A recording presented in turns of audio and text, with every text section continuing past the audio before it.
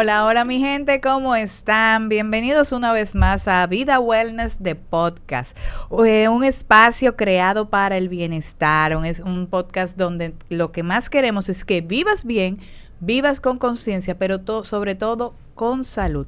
Y hoy tenemos un episodio súper especial dedicado a octubre, mes de prevención del cáncer de mama. Le voy a dar paso a mi colaboradora aquí, Gio. Antemano vamos a pedir disculpas por el doctor Saddam, que hoy no nos vas a estar acompañando porque él está en un compromiso previo. Pero nada, aquí vamos a darle la palabra a mi co-host, Giovanna León. Buenas tardes, ¿cómo estamos? ¿Cómo están, señores? Hola, yo no pude estar aquí en el episodio pasado, estoy como Saddam, pero bueno, el deber llama, como dicen. Señores, buenas tardes, nos ven de diferentes lugares donde usted esté, buenos días, buenas tardes, buenas noches. Como dijo mi compañera aquí, la doctora Pirosca, hoy tenemos un episodio que para mí tiene una connotación súper mega especial. Todo el que me conoce, todo el que me sigue, sabe que para mí el tema o el aspecto cáncer de mama tiene un significado muy especial, quizás no por una buena causa, pero al final lo tiene porque pues es un tema en el que yo me enfoco mucho dentro de mi práctica. Obviamente, como hablábamos ahorita, prevención dentro de lo que nosotros podemos hacer y lo que podemos manejar. Y en esta ocasión tenemos una invitada que yo conocí hace poco, y yo soy de la gente que comienzo a seguir a las personas y comienzo a fijarme. Desde que yo vi que tenía una orientación funcional, dije definitivamente me voy a fijar. Y tengo meses siguiéndola y la verdad me encanta todo lo que pone, todo lo que postea, y me encanta su trabajo y muchos de los testimonios que yo pude ver que ella colocaba dentro de sus redes. Y otra cosa que me gustaba, que es una doctora que tiene una orientación espiritual importante, lo cual yo siempre, de hecho lo decía hoy en un programa que tuve, el doctor que no tenga temor de Dios tiene que revisarse. Entonces, tenemos una invitada, la doctora Omaira Reyes, oncóloga clínica funcional. Yo estoy segura que ustedes van a reconocer su cara dentro de las redes, porque la verdad es que estoy segura que así como me salió a mí, les habrá salido a ustedes en algún momento. Así que yo le voy a dejar la palabra a ella para que ella se presente, nos hable un poquito de ella, su trayectoria, y después entonces vamos a empezar con el tema. Muchas gracias, Gio. Muchas gracias, doctora, por la invitación a su podcast. Es muy importante para mí poder llevar información, sobre todo de cáncer de mama, y como decía Gio, con una orientación funcional. Fíjate, yo soy oncóloga, secundario a un evento personal, es decir, mi madre fue diagnosticada con cáncer cuando yo era estudiante de medicina, y ese camino tan difícil, porque solo el diagnóstico, o sea, te trastorna tu vida completamente, y el camino tortuoso que tenemos que atravesar para conseguir, primero que todo, completar el diagnóstico, el estadiaje, conseguir un equipo adecuado para el tratamiento, pues aumenta todavía más el estrés que conlleva esto en una familia. Cuando una persona es diagnosticada con cáncer, ella y su familia son diagnosticadas con cáncer. O sea, es un diagnóstico que pesa, y el cáncer de mama actualmente es la causa de cáncer más diagnosticada a nivel mundial. Es decir, el porcentaje mayor lo tiene el cáncer de mama, con una mortalidad que gracias a los tratamientos innovadores que tenemos ha disminuido en el tiempo, pero sigue siendo importante. Sobre todo en nuestro país, países como el nuestro, que aún no tenemos acceso a toda esa tecnología, y que sobre todo el diagnóstico se hace de manera tardía. Entonces vengo trabajando ampliamente en esto, de llevar la información, de que la gente entienda cuál es la importancia de que el diagnóstico sea temprano para que el pronóstico sea mucho mejor. Y una cosa, usted habla del diagnóstico temprano, que usted aconseja a las mujeres, porque muchísimas veces se dan los casos de que una persona dice, bueno, yo estoy bien, no veo la necesidad de ir a un médico. ¿Cuál es su sugerencia? Mira, dicho sea de paso, eso es muy importante porque algo que ocurre con frecuencia es que la mujer, cuando llega con el diagnóstico recién hecho, te dice, yo me hacía mis estudios todos los años y ahora tenía 2 o 3 años sin hacerlo. Y tristemente en esa ocasión fue que debutó el cáncer y probablemente no de una manera tan temprana como lo hubiésemos escuchado inicialmente. Entonces, ese es el mensaje básico y principal que nosotros queremos llevar. Claro. Bueno, como vamos a entrar en el tema y aprovechando que la doctora mencionó un punto importante, es decir, el repunte y cómo esa flecha de escala hacia arriba a nivel de estadísticas ha tenido específicamente lo que es el cáncer de mama. Estamos hablando que para el 1970 era un 10% de las mujeres que eran diagnosticadas con un cáncer. De repente, quizás morían nunca diagnosticadas, pero de lo que se conocía.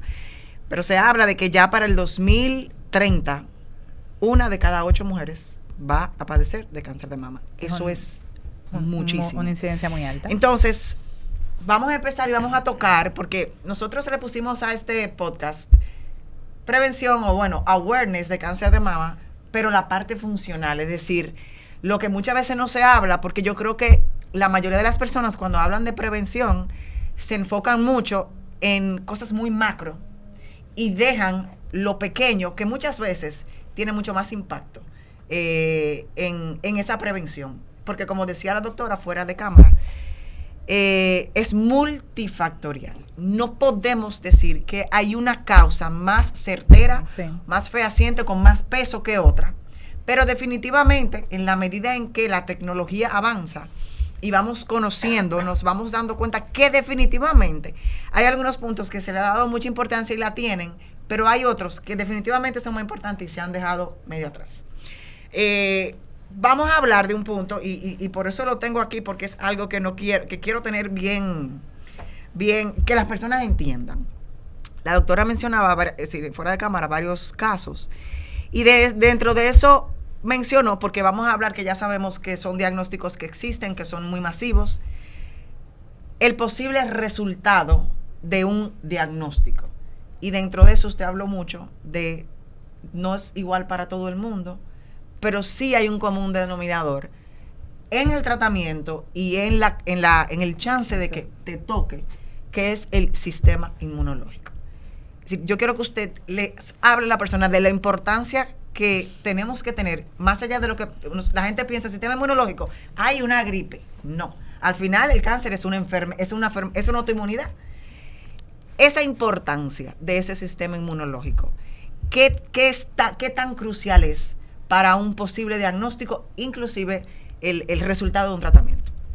Bueno, fíjate, algo que es parte fundamental de lo que yo hago y de lo que trato de comunicar es probablemente lo más importante que nosotros podemos hacer para hablar de prevención secundaria de cáncer de mama, porque como decíamos inicialmente, como les dije fuera de cámara, no existe prevención primaria básicamente, por lo mismo, porque podemos intervenir en diferentes puntos, sin embargo es una enfermedad multifactorial.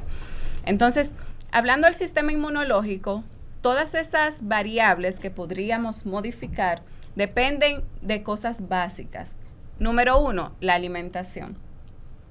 Dejamos fluir de manera tan natural lo que no está bien y nos hemos acostumbrado a ello, que cuando una persona decide hacer lo contrario, lo ven como loco. Sí. Lo atacan. Lo ven como obsesionado. Uh-huh. O sea, yo llevo, por ejemplo, una campaña que si me siguen en las redes la conocen, y es el café sin azúcar porque envejece, embrutece y te roba el glow. Pero no es el café. O sea, yo estoy tratando de llevar ese mensaje y es de todo aquello que te inflama y que inflama a tu sistema en general y por consecuencia deprime tu sistema inmunológico. Y eso hace que tu inmunidad no sea la misma. Por ejemplo, después que yo decidí hace unos 3, 4 años cambiar de manera radical mi estilo de vida desde el punto de vista de entrenamientos, sí, de alimentación, yo te puedo decir que yo no me enfermo. Es decir, en mi alrededor a todo el mundo le da virus, se enferman, una tos. A mí no me da nada. y es porque tengo el sistema inmunológico reforzado. Eso es una. En segundo lugar, otra cosa que es una pandemia actualmente a nivel mundial, el estrés. El estrés. Recuerden, el estrés deprime el sistema inmunológico. Volvemos.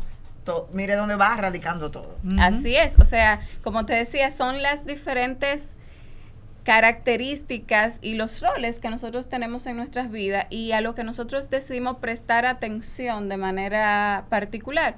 Por ejemplo, el estrés tiene un rol importantísimo, no en la génesis del cáncer, porque si yo digo aquí que si te estresas te da cáncer, o sea, estoy mintiendo, porque eso el estrés crónico sostenido en el tiempo. Exacto. El cortisol, que sabemos que es la hormona básicamente que maneja el reflejo del estrés, es sumamente necesario. Lo hemos querido satanizar en el tiempo, pero el cortisol es una hormona que es sumamente necesaria porque vivimos bajo estrés. O sea, el estrés es algo natural y necesario. Ahora, cuando se vuelve crónico y sostenido, entonces eso trae un sinnúmero de cascada inflamatoria que compromete la inmunidad y hace el terreno perfecto para que las células malignas puedan progresar.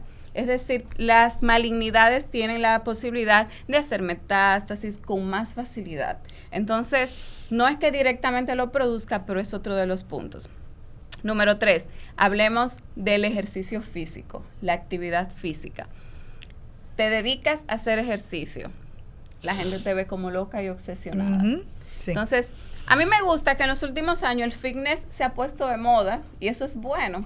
La gente ha decidido correr, hacer bicicleta, ejercicio de fuerza, caminar, y eso es muy favorable. Y de hecho también ha habido una orientación a alimentarnos mejor. Eso es favorable porque ya era muy necesario, porque llegamos a un momento donde todo era ultraprocesado. Correcto. Y nos los querían vender como muy lo natural. Mejor, sí. Exactamente. Para mí esos son los 3 pilares fundamentales en los que nosotros podríamos intervenir para reducir el riesgo, porque lo único que sí está demostrado que puede reducir el riesgo de cáncer de mama, no que tú no vas a tener cáncer de mama, sino reducirlo hasta en un 30%, son esas cosas. Y una pregunta, el cáncer de mama, hablamos del estrés, alimentación, ejercicio. Mucha gente tiene en la cabeza que el cáncer de mama puede aparecer solamente ya después de cierta edad. Que una persona joven no es muy raro que pueda padecerla. ¿Qué tan de cierto es eso? Porque la gente se confía quizás, inclusive hasta en el momento cuando, vamos a decir, yo jovencita tuve mis hijos, me decían, dale el seno para que no sufras del cáncer de mama. Entonces, ¿qué tan de cierto es todo eso? Mira, realmente amamantar disminuye el riesgo de cáncer de mama, sobre todo en un periodo prolongado, ¿verdad? Es decir, mayor de 6 meses. Eso es cierto. Son de las cosas que podemos hacer que se suponen que van a reducir en un porcentaje relativo la posibilidad de tener cáncer de mama, pero tampoco es que te lo va a erradicar, obviamente. Todos los días diagnosticamos cáncer de mama en mujeres más jóvenes. De hecho, el otro día cuando yo grabé para Código Salud el episodio de cáncer de mama, hablábamos del momento ideal para hacer el primer tamizaje, y el tamizaje es los estudios que hacemos para encontrarlo cuando ni siquiera se toca.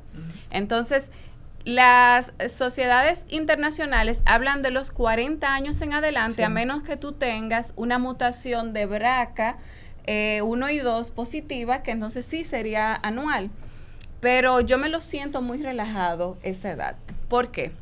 Mira, yo tengo una actividad el próximo sábado con mis pacientes y me puse a revisar, leyendo eso de las guías internacionales y la edad de mis pacientes. Y yo te puedo decir que más del 50% tiene menos de 40 años. Y te estoy hablando cáncer de colon. Y te estoy hablando de un listado de 50 pacientes, o sea que tampoco estoy hablando de 5 pacientes. Entonces, cada día tenemos más cáncer de mama en gente muy joven. Entonces, yo siempre recomiendo, independiente de eso, que a partir de los 20 años, por lo menos cada 3 años, se hagan una evaluación básica con un médico que tenga conocimiento y una sonografía de mama, porque antes de los 40, ¿verdad? Por lo de la densidad mamaria y demás, la mamografía no está directamente indicada. Pero esa es la verdadera importancia. Imagínate eso. Y fíjate una cosa. Que no piensen eso. Yo era una que... Dime. Claro. Y fíjate una cosa. Fíjate que tú preguntaste, porque lo que siempre hemos escuchado es que el cáncer de mama, es decir, lo más asiduo es por encima de los 40 años o quizá más. Y fíjate la dicotomía. Cuando la mujer comienza el declive hormonal. Entonces, ahí viene, ahí vengo a entrarme en lo que la doctora dice. Pero lo que pasa es que yo estoy viendo gente de 20. Sí. Es que yo estoy viendo gente de 30. Entonces, vamos a ver qué es lo que pasa, qué es lo que la gente de 20 y la gente de 30, probablemente de 10 años o quizá 20 años para acá, está haciendo, que está ocasionando que tú con 20 años tengas un carcinoma, lo que sea. Hemos siempre oído que el cáncer de mama tiene una gran incidencia hacia el estrógeno, que la mayoría de los cánceres son estrógeno dependientes o dominantes. Yo siempre he tenido yo ni sé cómo llamarle a eso, porque yo siempre decía, pero ¿cómo es posible? Obviamente, estoy hablando de fuera de mutaciones, BRCA, sí. Fuera de ahí, porque ya eso es otro componente. Yo siempre decía, ¿cómo es posible que la hormona que Papá Dios nos dio para regirnos como mujeres, la principal, los estrógenos totales, el estradiol, lo que sea lo que nos causa cáncer? Entonces, ahí venimos a todo lo que está pasando, a todo lo que las mujeres están haciendo, que al final no es el estrógeno, es lo que tú haces, que en tu cuerpo se refleja como estrógeno, entonces ya no es endógeno. Entonces, ahí vamos a meternos en eso que está pasando, en los hábitos que las mujeres están teniendo, que está causando que claro. cáncer. Mira, un porcentaje muy importante de las mujeres que se diagnostican con cáncer de mama antes de los 40 años, digamos de los 60, que a partir de los 52 se supone que es que comienza la menopausia de manera definitiva, y algo en común que ellas tienen es que o tienen una mutación de algún tipo, dígase del gen HER2, que es un oncogen que produce cáncer de mama, o tienen un tipo de cáncer triple negativo, es decir, esos son tumores que tienen los receptores hormonales negativos y también el HER2, que son como los 3 biomarcadores principales que valoramos para dirigir el tratamiento. Y otra cosa es que si son receptores hormonales positivos, que son estrógeno y progesterona, tienen una variante agresiva de ello, es decir, que se llaman luminales B.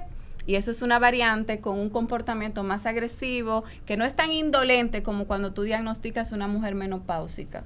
Entonces, muy probablemente, y en el tiempo lo vamos a saber, porque eso se está estudiando ampliamente, la epigenética juega un papel importantísimo. Y yo diría que están siendo diagnosticadas tan temprano que eso lo venimos arrastrando generación tras generación.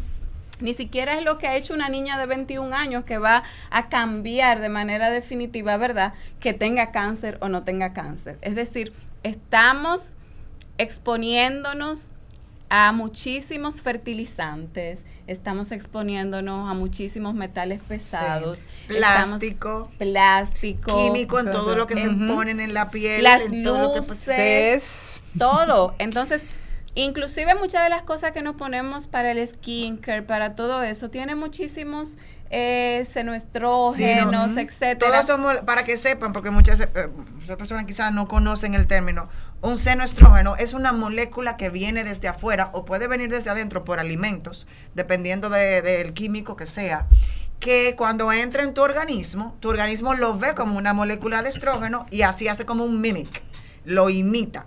Y tu cuerpo no sabe diferenciar. Esto es una molécula endógena. Simplemente eso es estrógeno. Combinado con todos estos, esta poca capacidad de perfiles de desintoxicación hábiles, porque eso es otra cosa. Es decir, ese estrógeno va a recircular en tu cuerpo porque no tiene cómo salir. Porque si tú tienes un sistema hepático cargado, volvemos a todo lo que usted dijo, los químicos, los fertilizantes, los herbicidas. Los anticonceptivos. Desde tempranísima edad. Exactamente. Y acuérdense que los anticonceptivos, la doctora se lo puede, son sintéticos.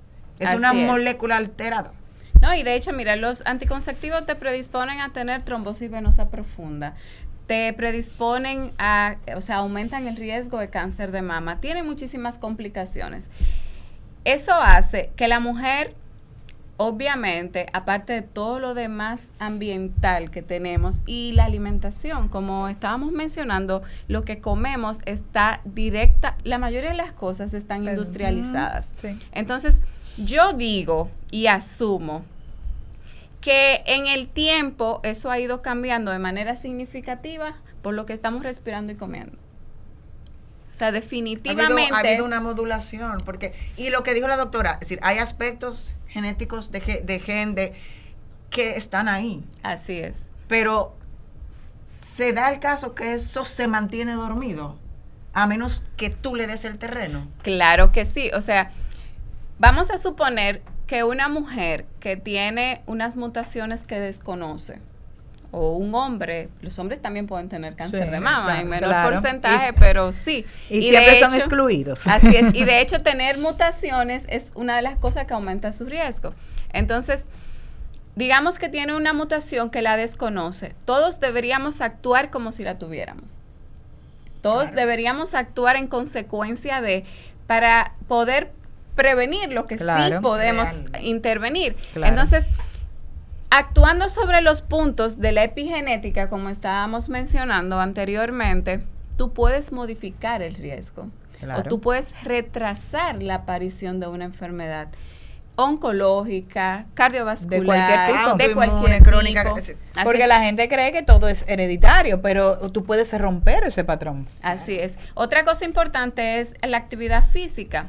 Eso sí está científicamente demostrado. Realizar ejercicio físico por lo menos 150 minutos a la semana disminuye el riesgo de cáncer de todos los tipos de un 30 a un 35%. Señores, escuchen eso, 150 horas, comiencen a hacer su horario. Eso es mucho. Y cualquier tipo de actividad. No es que yo te estoy mandando a levantar pesas si tú no tienes la capacidad y todavía no estás listo y no es lo que te gusta. Digamos, bailar es lo que te gusta, baila, camina, pero muévete. O sea, es importante que la gente entienda que se tienen que mover y tratar de ir modificando los hábitos alimentarios progresivamente. Tampoco es... La palabra dieta yo pienso que la deberían eliminar. Sí, por favor.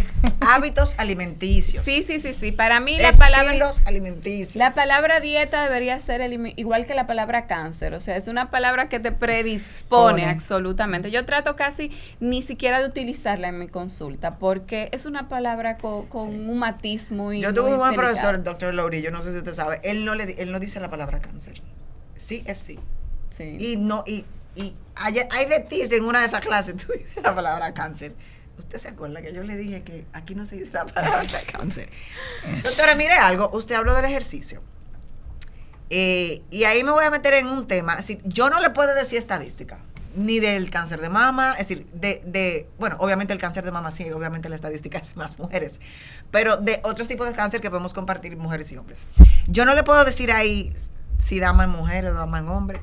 Yo lo que sí creo es que definitivamente todo tipo de cáncer, la mujer está siendo más afectada. La doctora habló de nutrición, habló de hacer ejercicio, habló de muchas cosas. Yo entiendo que las mujeres han cogido un rol, han adoptado un rol, lamentablemente en cierto modo nocivo. Las mujeres de ahora la de Superwoman quieren ser las más competitivas. Sí. Así es. Las mejores en todo. Eso les lleva a llevar una vida completamente acelerada. Bueno, es una de las razones por las que la mayoría de las enfermedades autoinmunes las tienen las mujeres. A que cogemos el ejercicio, pero lo llevamos al extremo. Así es. A que cogemos los hábitos saludables, pero también lo cogemos al extremo. Es decir, ese hábito saludable suscita en ti un estrés, porque quizás es algo que tú no estás convencida. Entonces, ahí viene, hablábamos del cortisol, es necesario, es algo siliente, Porque todo lo que genera una alarma, así que yo le digo, en el cuerpo no sabe. Pero es que mire, que ella hace 200 horas de gimnasia, de lo que sea, la doctora dijo 150, pero eso es bueno porque eso es ejercicio. No. Lo que ella está haciendo me genera una inquietud interna, me hace estar en el famoso flight or fight completamente, siempre. Y entonces ahí todo eso se torna que no es tan bueno. Entonces, yo quiero que usted le hable a las mujeres y que entiendan que a veces lo mucho de algo muy bueno se convierte en su enemigo. Mira, el otro día yo estuve impartiendo una charla en el Congreso de la Sociedad Dominicana de Psiquiatría en el panel de la salud y la mujer. Y era hablando justamente de cómo impacta el estrés, la salud y el estilo de vida de la mujer. Y de manera definitiva, el estrés arropa y altera todo nuestro sistema.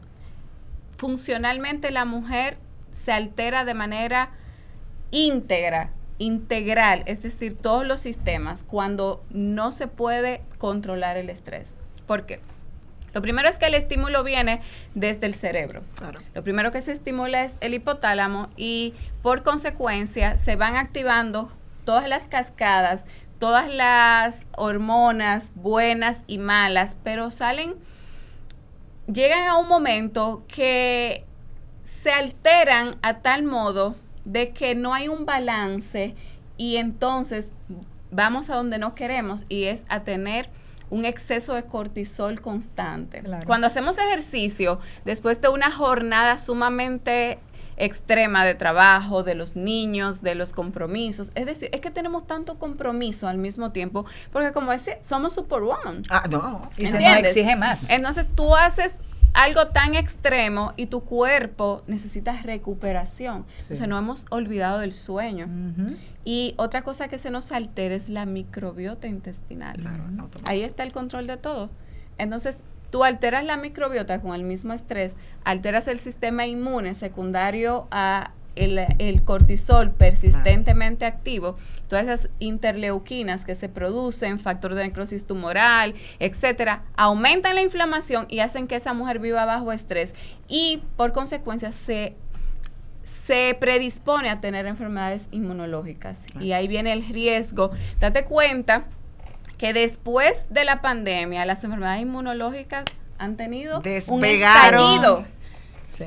O sea, algo sorprendente. Y fue que todos estuvimos en niveles de estrés muy elevados. Es importante decir, porque la gente a veces no entiende bien cómo, yo no diría ni siquiera cómo funciona, cómo se desencadena una autoinmunidad. No solamente es un sistema inmunológico debilitado. Exactamente. Y de hecho, es decir, eso lo produce ese mismo estado. Yo hoy le explicaba a una clienta, le dije, mira, cuando tú andas en tu carro, eso es un ejemplo random, y pasa mucho aquí en Dominicana con todos los motoristas que no... Ese susto que tú pasas es una respuesta de cortisol. Tu cortisol sube, genera adrenalina, porque sintió desde el hipotálamo, como usted dice, que algo sucedió. Claro. Una alerta. Pero después que el motorista se va, todo hace así, y vuelve. Ese frito que usted siente, porque uno siente como un frito, es eso. Pero déjeme decirle que usted no se da cuenta que en ese momento, y el cuerpo humano Dios lo hizo de una manera perfecta, en ese momento tu sistema digestivo se para. Nada. Es decir, si tú lo sientes aquí. Toda esta sangre va a lo que pasó. Usted sabe que usted vive así todo el día. Ya lo sabe. Usted vive así todo el día y no se da cuenta, porque eso es lo peor, que ya ni lo sienten. Sí. Entonces, nos acostumbramos. Claro. A ese estado de alerta permanente. Claro. Ahí viene todo fíjense todas las implicaciones que la doctora le mencionó. Altera la microbiota gastrointestinal, obviamente, porque usted vive en el famoso sistema simpático, ahí usted vive siempre. Y todo eso, señores, va al final a tener un efecto. Y las mujeres, todo lo que acabamos de hablar, las mujeres son las mejores en eso.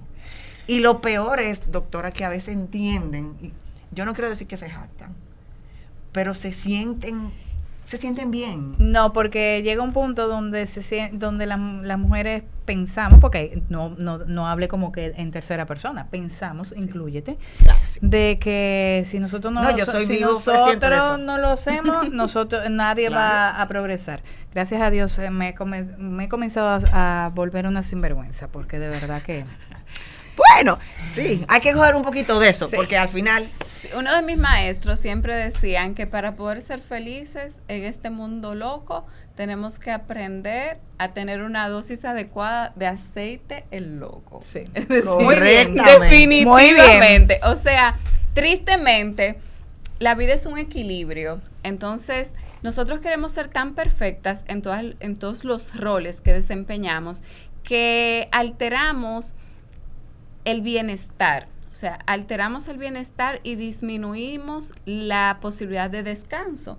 Entonces, como hablábamos del sueño anteriormente, si no duermes, no te recuperas. Claro. Y nosotros de manera natural hemos ido metiéndonos en un estilo de vida donde no dormimos más de 5 y 6 horas.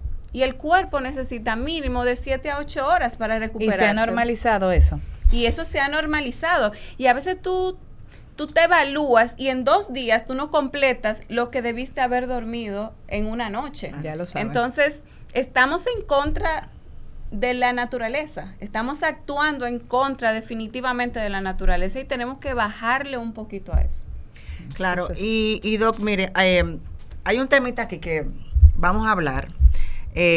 Porque en cierto modo también tenemos que hablar de lo que normalmente en estos meses, que obviamente se le ha dado un poquito más de preponderancia a lo que es la concientización, que me gusta que la doctora el otro día dijo, pero es que no es octubre.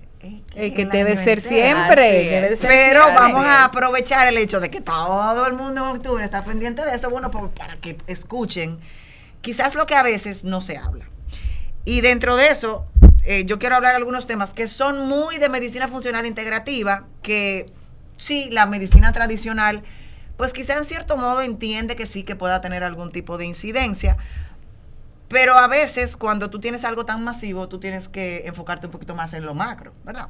Entonces, vamos a hablar de algunos aspectos que definitivamente han sido muy hablados con relación a lo que es tratamiento per se de cáncer o prevención. Los campos electromagnéticos, todo este Wi-Fi, todo este 5G. Mira, los campos electromagnéticos han sido ampliamente estudiados.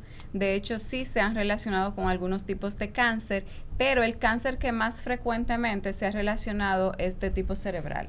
Glioblastoma. Así es, el glioblastoma multiforme específicamente, que es el grado 4, el más agresivo y con un comportamiento, o sea, muy, muy devastador. En cáncer de mama no tenemos todavía una evidencia clara que sustente que de manera directa sí lo produzca ahora. Lo que sí sabemos es que los campos electromagnéticos no favorecen tu descanso. Claro. O sea, no favorecen muchas veces ese estado de hiperalerta que estábamos mencionando, porque uno de los privilegios más grandes de este milenio es tener un sistema neurológico en calma. Y el mismo imbalance que tenemos a nivel de la microbiota intestinal, como yo siempre les digo a mis pacientes, o sea, la serotonina, el 85% se produce en el intestino. Sí. Si tu intestino está alterado, pues muy probablemente tú no vas a poder dormir, claro, ni vas a descansar, porque es aquí que está el problema, y hasta que no pongamos ese intestino en orden, tú no te vas a sentir bien. Entonces, aunque no interviene de manera directa, sí en el estilo de vida que estamos orientando a que deberíamos tener para bajar los riesgos. Claro. Sí, y aunque como dice la doctora, es decir, sí hay los estudios que están un poquito más avanzados, están relacionados con cánceres que son de cerebro. Sin embargo, también sabemos que esas redes microondas, ponen tus células a vibrar a un nivel que no es el que deben, principalmente a nivel de mitocondrias. Y segundo, el doctor habló, sueño cuando duermes, que es algo altamente común, no tenemos que hablar la cantidad de gente que duerme con el celular aquí al lado, con el celular conectado, hasta en la que cama. se pegan los celulares del cuerpo. Es decir, ¿usted cree que esa radiación que emite ese celular no va a pasar a su organismo? Claro que lo va a hacer. Claro. Y cuando usted duerme, hay varias acciones, y la doctora me puede corroborar ahí, que hace el cuerpo, específicamente de desintoxicación hepática y cerebral. Que cuando se da esa combinación de estos, porque acuérdense que no es su celular nada más. Usted entra en su casa, ¿cuántas redes de Wi-Fi le llegan? Por aquí, por allí, por acá, por acá. Así es. Todo lo que tiene Bluetooth Así en la es. casa. Es demasiado. Es lo que yo digo, es que no estamos entendiendo que el bombardeo es mucho. Es mucho. Y algo de lo que nosotras también es importante que toquemos es lo de la fatiga. Es decir, vivimos actualmente en un mundo donde la fatiga se ha vuelto el normal. Estamos todo el tiempo cansados, no nos recuperamos y todo es parte de lo mismo. Estamos sobrecargados de información, las malas noticias en nuestro día a día. Llegó un tiempo, por ejemplo, que yo dejé de seguir todos los periódicos. Bueno, yo no leo. Todos. Yo no leo. Dejar de seguir, porque El llegamos, bombardeo, claro, era exacto, o sea, demasiado. era un punto posterior a la pandemia, a todos los problemas, Ya que lo yo saben. sentía que me estaban, o sea, mi ansiedad estaba muy, yo decía, yo estoy ansiosa solo desde que tú te levantas, lo primero que tú haces. ¿Es mala noticia? Lo primero es que deberíamos posponer el uso del celular por lo menos a 40 minutos a 1 hora después de despertar. Eso es lo primero, porque nuestro cerebro necesita volver a estabilizarse después que despertamos por lo mismo, porque es que entonces nos despertamos con los niveles de cortisol a 1000. Claro. Y es una respuesta que usted causa química, Así artificial. No, y deberíamos también pararla también antes de dormir. No. No, de hecho hay recomendación de que mantengamos los celulares a mínimo 40 metros de nuestra cama. Es decir, debería de ser eso lo que debería. Usted sabe lo que son 40 metros, ¿verdad? Sí. Dígale eso a una gente. Otro extremo. Pero El otro extremo de la casa. Ni siquiera la doctora, que es doctora y que es la que la pueden tener que contactar de noche, yo me imagino que dirá, bueno, mi amor, tú vas a 40 metros, porque... Pero el problema es que queremos vivir conectados. Y esa conexión, no voy a hablar de que está haciendo mucho daño, porque yo creo que todos lo sabemos. Sí. Y a raíz de lo que acaba de hablar la doctora, de ese impacto que crea esa luz artificial, obviamente que emiten todos los teléfonos, todas las luces, en el momento en el que tu cerebro tiene que resetearse a la luz natural. Así es, así es. Entonces, otro tema que también, si la gente habla de nutrición y habla que tú tienes que hacer ejercicio, pero el otro tema que las personas muchas veces no tocan, o bueno, que generalmente no se toca, y va más incidencia en las mujeres, es la cantidad de químicos. Hay un refrán por ahí que dice que antes de que una mujer salga de su casa, ya tiene en su organismo más de 30 o 35 químicos tóxicos diferentes. Ese es el otro tema que no se toca. Así es. Hablamos de, por ejemplo, los metales pesados. Uh-huh. Los metales pesados están contenidos hasta en lo que comemos. Y hasta en lo que vemos como saludable. Y en el agua. Y en el agua, y en los cereales, y en los vegetales. Entonces, ustedes dirán, pues no comemos entonces. Bueno, sí, lo que deberíamos es tratar de que sean lo más orgánico posible. Sí. ¿Entiende? Tristemente, y yo hablaba con uno de mis tíos este fin de semana, que es productor, agricultor, y él me decía, y yo le decía, tío, yo quiero que hagamos un huerto familiar, es decir, que lo que nosotros vamos a consumir. Excelente idea. Y él me dijo, ¿tú sabes qué es lo triste? Que hay tanta plaga que es casi imposible tener hoy en día lo que deberíamos consumir realmente totalmente orgánico. Es decir, algún químico debemos utilizar porque si no, no prospera. No, exacto. Si no, la plaga lo destruye. Entonces, estamos expuestos a todo eso, como tú dices, desde el agua, desde lo que nos alimentamos. Y por eso es la importancia de que nosotros colaboremos en lo que podemos. Claro. Y elegir de manera inteligente, obviamente, lo que vamos a consumir. Claro. No, Y la doctora ahí habló de alimentos, ¿verdad? Y como ella dijo, haz lo que tú puedas. Exacto. Porque, por ejemplo, si nos fuéramos y es un tema de elección, obviamente, hay personas que eligen gastar en otras cosas, pero hay opciones, es decir, Claro. hay opciones de vegetales orgánicos con USDA Organic, es decir, ya queda de usted de saber que ese acto va realmente a hacer un impacto en su organismo y en lo de su familia, que el beneficio, quizá usted no lo ve en el momento, pero usted lo va a ver más adelante. Por otro lado, por ejemplo, están los cosméticos. Los cosméticos también tienen metales pesados, tienen estrógenos, salatos, exactamente, y contenido de plásticos, microplásticos. Entonces, hasta en la tabla de cortar, como hablábamos de los alimentos anteriormente, nosotros obtenemos muchísimas veces una cantidad de plástico. Exacto. La gente nos mira a nosotros, a los que hacemos medicina funcional, como locos, porque son cosas como, ¿verdad? Como tan pequeñas, son que extraterrestres, que le ponemos, que le ponemos atención. Pero es que increíblemente va a haber un grupo de personas que esto le va a alterar su calidad de vida. Claro. ¿Entiendes? Entonces, ahí es que entra el papel nuestro para identificar e intervenir cuáles son esas cosas que pueden estar afectando su bienestar, para mejorarlas, tratar de eliminarlas. Como tú mencionabas, el hígado hace aproximadamente de 2 a 4 de la mañana es la principal eliminación que hace el cuerpo a nivel hepático, se hace a esa hora. Y por eso la gente se despierta a esa hora. Yo no sé si cuando acuden contigo a la consulta te dicen lo mismo. Yo me duermo perfecto, pero me despierto a las 3 de la mañana. Uh-huh. Sí, claro.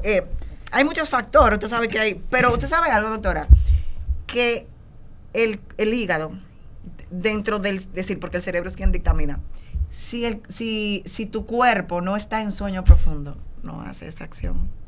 Y con todo lo que la doctora acaba de decir que hacen, ¿tú te crees que la gente entra en sueño profundo? Pero es por lo mismo. Y si tu sueño es superficial y el hígado entra en esa labor tan especial en ese momento, entonces tú te despiertas. Porque obviamente tu metabolismo aumenta a esa hora. Exactamente. Entonces, te despertaste. Entonces, por consecuencia, se sube la glicemia. Claro. En un punto donde debería estar baja. Claro. Se sube la glicemia y todo eso es ansiedad. O sea, la mayoría de las veces es ansiedad, es una microbiota alterada. O sea, son ese sinnúmero de condiciones que se dan para que el sueño no sea favorable. Claro. Y entonces, siguiendo con el tema de las cosas que las mujeres hacen, pero también esto abarca también en mujeres y hombres, que usted mencionaba, bueno, de lo que usted puede hacer, de lo que está a su mano, pues entonces trate de hacerlo.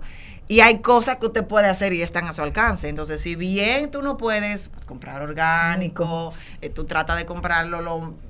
Nosotros ahí adiestramos mucho a la gente, porque, por ejemplo, yo soy una que le digo, mira, lo que es hoja verde, mira, haz el esfuerzo sobrehumano de comerte el orgánico, porque lamentablemente las hojas verdes son las más impactantes. Sí, así es. Los víveres, algunas frutas, algunos otros vegetales que tú puedes pelar, vamos a decir que tú te libras un poquito. Pero hay cosas dentro de tu cocina y impacta dentro de la misma. ¿Qué tú puedes hacer? Vamos a hablar de los utensilios con los que estamos cocinando. Así es, los metales pesados que están en las ollas. En el aluminio, el teflón, todo esto influye en tu calidad de vida, en tu bienestar, en tu salud. Aquellas personas que tienen niños con problemas del crecimiento, los TEA, que ahora mismo son tendencia en los últimos años, tenemos que manejar de manera importante eso, porque no solo esos niños tienen problemas con los metales pesados y con lo que se exponen y con la alimentación, a nosotros también nos afecta. Claro. Nos afecta. Lo que pasa es que en ellos lo podemos observar porque es más evidente, pero nos afecta a todos, y yo entiendo que eso debería ser una conducta que como familia todo el mundo vaya orientándose a vivir mejor. No, y una cosa, siempre va a surgir el tema económico, no que es más caro, pero por ejemplo, mencionamos hace un momento el teflón. Cuando el teflón salió, era extremadamente caro. Y todo el mundo quería su sartén de teflón. Claro, para que no se pegara. Exactamente. Sí. Entonces, porque tristemente lo que es más saludable es más difícil. Es más difícil. Es más difícil, o sea, acostumbrarte a cocinar en las ollas de aluminio quirúrgico es un proceso. La gente no quiere pasar los procesos. Exactamente. Por ejemplo, algo que los médicos funcionales sufrimos a diario es que el paciente va y cree que mágicamente tú vas a arreglar un problema de años en 2 semanas, y algo que no sucede, que no es así, o que tú le vas a dar una pastillita mágica y mañana ya todo va a salir. Exacto, Sí, algo que tan tú tienes fácil. que modificar probablemente tus hábitos básicos, pero tú no quieres poner de esa parte, tú quieres que te den algo que arregle todo, entonces no funciona así. No funciona así. Pero ahora, obviamente, no tienes que decir cifra exacta.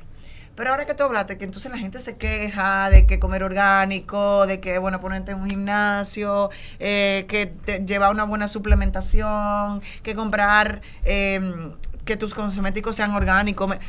Es caro, sí. ¿Qué tan caro es un proceso? Un tratamiento. Muy caro. Bastante. Y va a depender muchísimo del tipo de cáncer, pero tú no sabes el que te va a tocar. Gracias. Tristemente Y por no. más liviano que sea, yo le aseguro que el costo no es bajo. Así es. Entonces, el cáncer es una enfermedad costosa en todos los sentidos. Desde el punto de vista emocional es el primer costo. Es el costo más. El miedo. O sea, cuando una persona es diagnosticada con cáncer, su vida da un giro 360 grados en minutos. Y solo oír esa palabra. Exacto. El miedo inmediato a morir, porque es que son dos cosas como que se relacionan demasiado, cáncer y muerte. Y yo le digo muchas veces a mis pacientes, muy probablemente gente que usted no se imagina se va a morir primero que usted. O anda con cáncer por ahí ni lo y sabe. no lo sabe, ¿entiendes? Por ejemplo, mi mamá fue diagnosticada con cáncer hace 18 años y muchísima gente que la miraba con pena en ese momento ya falleció, tristemente. Oh, wow. Entonces, todos los días nosotros logramos cronificar más el cáncer y eso cuesta. Y por eso, inclusive, los programas de alto costo están abarrotados porque más gente está viviendo. Entonces, es muy costoso porque las moléculas nuevas cuestan. Así como usted decía del teflón cuando llegó, que era una tecnología nueva, así pasa con los medicamentos de nueva generación. Son medicamentos que tienen un costo elevado. Entonces, el cáncer es una enfermedad costosa en todos los sentidos.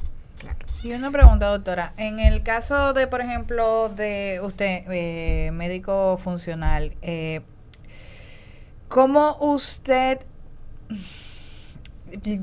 logra compaginar la medicina tradicional con la funcional?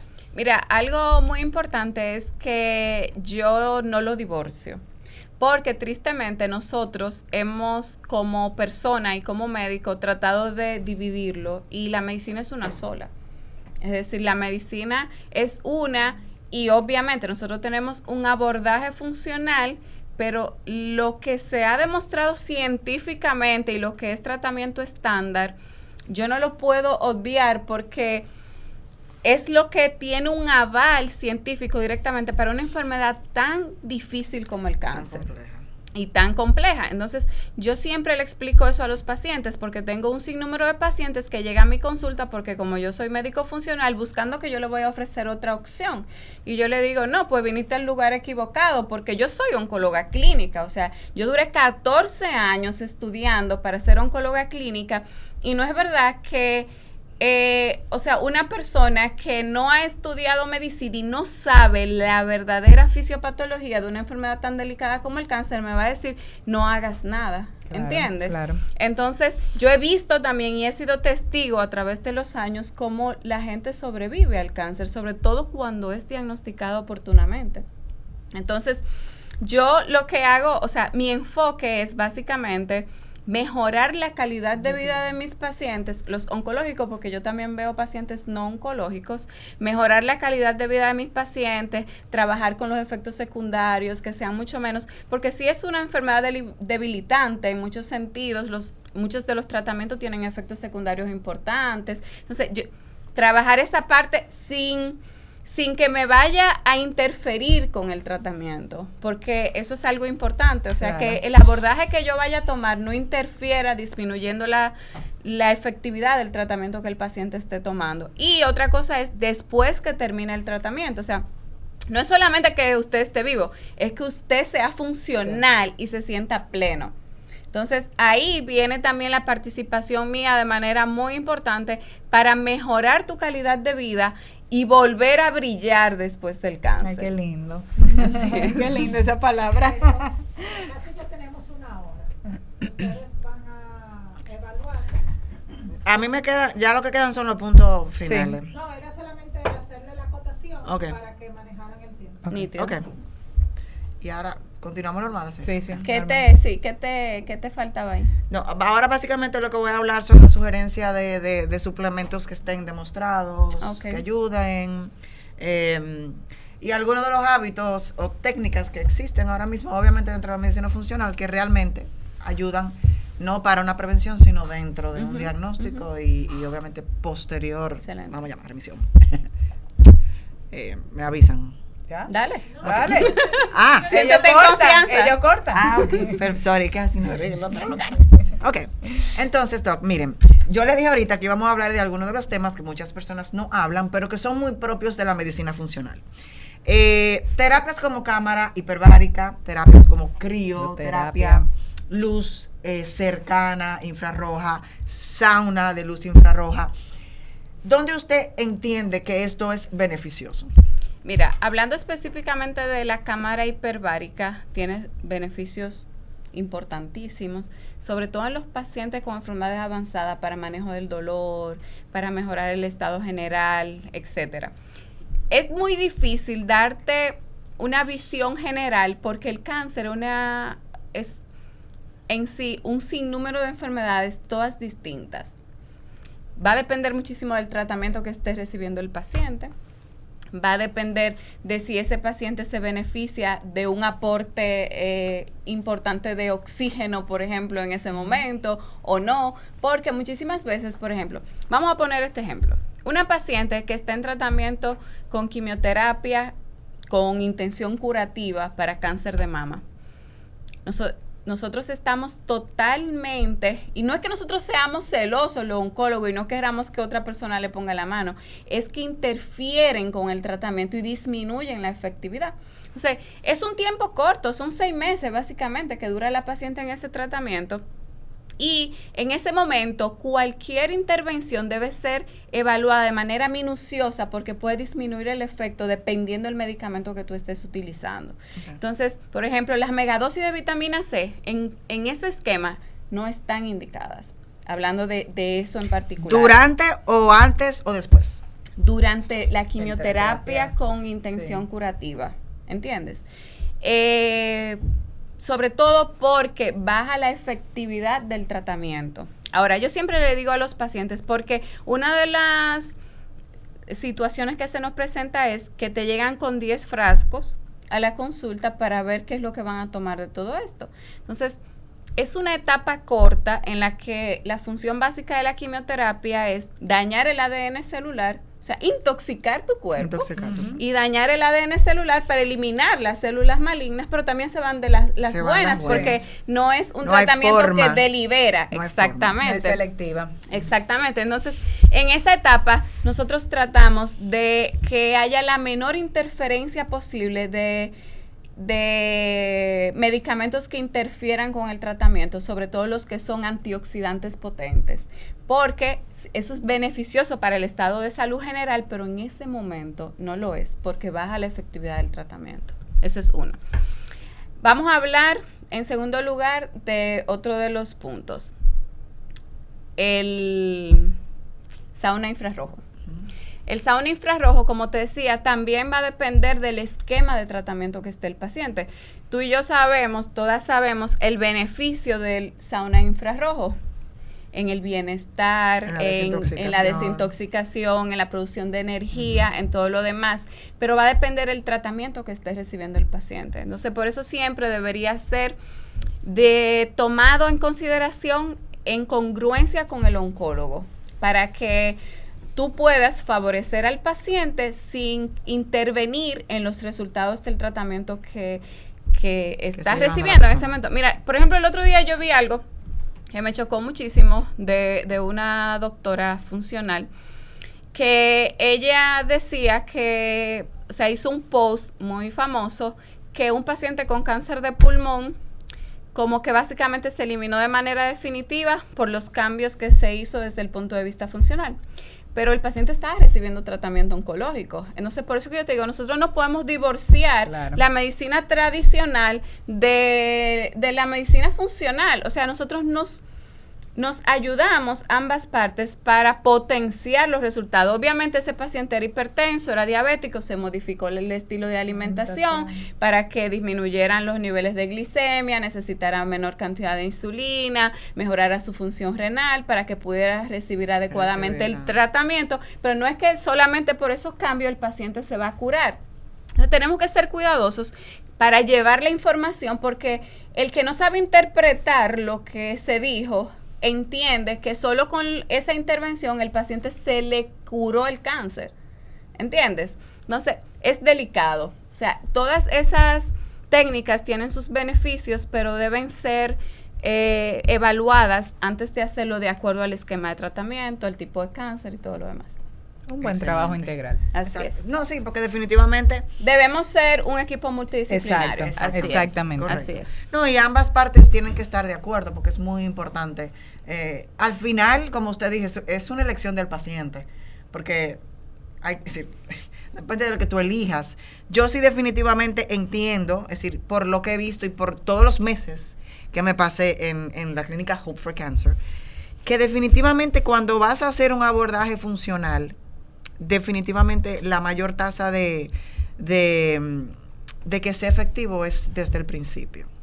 Ya cuando hay una metástasis, yo personalmente entiendo que es mejor ir a medicina tradicional. No, ambos nos complementamos. De hecho, tú sabes, si el paciente es metastásico, como te digo, la medicina funcional también juega un papel importante, sobre todo para el manejo paliativista, pero no solo, porque es que eso es lo que ocurre. Es que nosotros nos complementamos. O sea, no es yo venderte que con lo que yo voy a hacer ya te va... No, porque es que todos los días los tratamientos tienen un mejor perfil. Menos toxicidad, mejor perfil de tolerancia. Por ejemplo, hablamos de cáncer de pulmón. 10 años, 20 años atrás, cáncer de pulmón, la sobrevida era 6 a 9 meses. Y tenemos ya drivers mutacionales para mutaciones específicas que el paciente te dura años y años de sobrevida siendo metastásico. Entonces, no quitar esa oportunidad de que el paciente tenga la opción de tratamiento que verdaderamente está científicamente demostrado para ese tumor. No, y que ya hay mecanismos y ya hay terapias que se pueden hacer que ayudan a que ese daño que muchas veces causa, porque como usted lo dijo, esto es inevitable, esos procedimientos, pues que poderlo revertir de modo de que el paciente tenga mucho más resiliencia, ¿verdad? Así es. Entonces, para hablar de último, vamos a hablar, nos faltó tocar el tema azul de metileno. Azul de metileno. Mira, nosotros los oncólogos usamos azul de metileno para un procedimiento que se llama ganglio centinela. Fuera de ahí, en oncología, sabemos los beneficios del azul de metileno, ayuda para favorecer la actividad mitocondrial, la producción de energía, es un antioxidante por excelencia, pero clínicamente, por lo menos en humanos, todavía no tenemos estudios de valor. Obviamente, en estudios en animales ha tenido respuestas muy comprometedoras, pero hasta que no lo tengamos de manera definitiva, con estudios importantes en humanos, pues solamente se queda como tal. Así es. Ok, y las famosas repurposed medicines, es decir, la ivermectina, mebendazol, fenbendazol. Son inventos de gente que, sí, son inventos de gente que las redes sociales le ha dado muchísimo valor, incluso más del que se debería, y la gente quiere escuchar todo lo que no va con las reglas. O también la gente tiene la esperanza de conseguir algo más. Exacto. Exactamente. Entonces, mira, tú le das a un paciente el tratamiento típico y convencional del cáncer y dicen que se sanaron por el jugo verde. O sea, sí, doctora, es que yo estoy haciendo un jugo verde. O es que el té de guanábana que me está haciendo mi vecina, es que yo me lo tomo todos los días. Entonces, sucede que pasó lo mismo con el COVID y la ivermectina. Sí. O sea, una mala interpretación de un estudio internacional hizo que en el mundo entero se le diera un mal uso a un medicamento que inclusive es de uso veterinario. Ujú. Entonces, pasa lo mismo con el cáncer. Bien. Ya a nivel de suplementos, hay muchos, se hablan de muchos suplementos y de muchas, vamos a llamarle suplementos, que funcionan tanto para cuando tú tengas un diagnóstico o vamos a decir para prevención. Entonces yo menciono aquí algunos para que usted pueda decir, bueno, mira, sí, esto no. A ver, la vitamina D, yo creo que... Mira, la vitamina D, los dominicanos, el 98% tenemos vitamina D baja. Tristemente, aunque vivimos en un país Y mire, tropical. 50 no es óptimo, no es Sí, bueno. por favor. O sea, tenemos vitamina D baja y yo te puedo decir que yo recibo pacientes con 8 de vitamina Sí, D, sí. 16, Como entonces Benito, que Benito eso canta, es ¡wow! grave. Sí, eso. Entonces, la vitamina D tiene un rol importante en el cáncer, sobre todo porque tú sometes a un paciente, su cuerpo se somete a un estrés importante con los tratamientos y la vitamina D tiene un papel muy valioso en lo que es la inmunidad. La inmunidad, favorecer tus defensas, que los tejidos se vuelvan a regenerar Normal, y sí. todo lo demás. Entonces, no sirve como prevención de cáncer, o sea, eso no está demostrado, pero sí disminuye el riesgo de muerte por cáncer después de que tú estás diagnosticado. ¿Entiendes? O sea, tener los valores adecuados aumenta la posibilidad de que tú tengas una mejor respuesta a los tratamientos. Entonces, es un suplemento muy valioso en los pacientes con cáncer. Vitamina C. La vitamina C, de nuevo te repito, es uno de los pleitos de los oncólogos. Por lo mismo, porque interfiere con muchos tratamientos, debe ser evaluada de manera particular de acuerdo al esquema de tratamiento que esté recibiendo el paciente. Cúrcuma. La cúrcuma es un alimento. O sea, la cúrcuma, sí, pero te quiero decir, Sí, básicamente vamos a hablar de la cúrcuma como alimento o especia, pero no como anticancerígeno, no, es un antiinflamatorio. Lo mismo, debe ser tratada y usada con cuidado porque es hepatotóxica en niveles desproporcionados de su uso. Por eso es bueno utilizarla en la versión seca. De hecho, yo he tenido pacientes que porque se ponen de moda Sí. las especias. Los shots. Sí, y yo tengo una paciente que el agua que estaba tomando era de cúrcuma todos los Ay, días. hola, pero madre. no oigas. Y entonces Eso ella me lo llegó, pensé. es una paciente muy joven, sobreviviente de cáncer de colon, y ella llegó con una prueba muy alta que se llama fosfatasa alcalina, La fosfatasa, exacto, sí. que habla del metabolismo hepático. Y yo me asusté porque yo dije, está metastásica. Y yo le dije, ¿tú estás haciendo algo, bebiendo algo? Y me dijo, no. Y entonces después me dijo, yo le quiero decir algo, es que yo tengo 2 meses tomando el agua de cúrcuma todos los días. Yo le dije, pues mira, vamos a suspenderla y entonces tú te repites en un mes los laboratorios. Normal. Es decir, abusamos también de de esos suplementos y de esas especias que pueden ser antioxidantes, entonces deben ser tratados con mucho cuidado. Okay. Melatonina. La melatonina, por igual, la melatonina es un inductor del sueño natural. Y por el efecto antioxidante. Exacto, y y tiene un efecto antioxidante importante. Igual se debe elegir de acuerdo al tratamiento para que no interfiera con el tratamiento. Okay. Y no solo interferir para disminuir la función, sino que a nivel serotoninérgico, por ejemplo, no tenga ninguna interacción. Igual que los otros inductores del sueño también, como la ashwagandha y el 5-HTP, que deben ser elegidos con mucha cautela de acuerdo a la medicación que tenga el paciente. Perfecto. Perfecto. En resumen, yo creo que toda la suplementación que tú has mencionado deben de estar relacionado todo el tiempo con los medicamentos que esté recibiendo el paciente y el tipo de cáncer.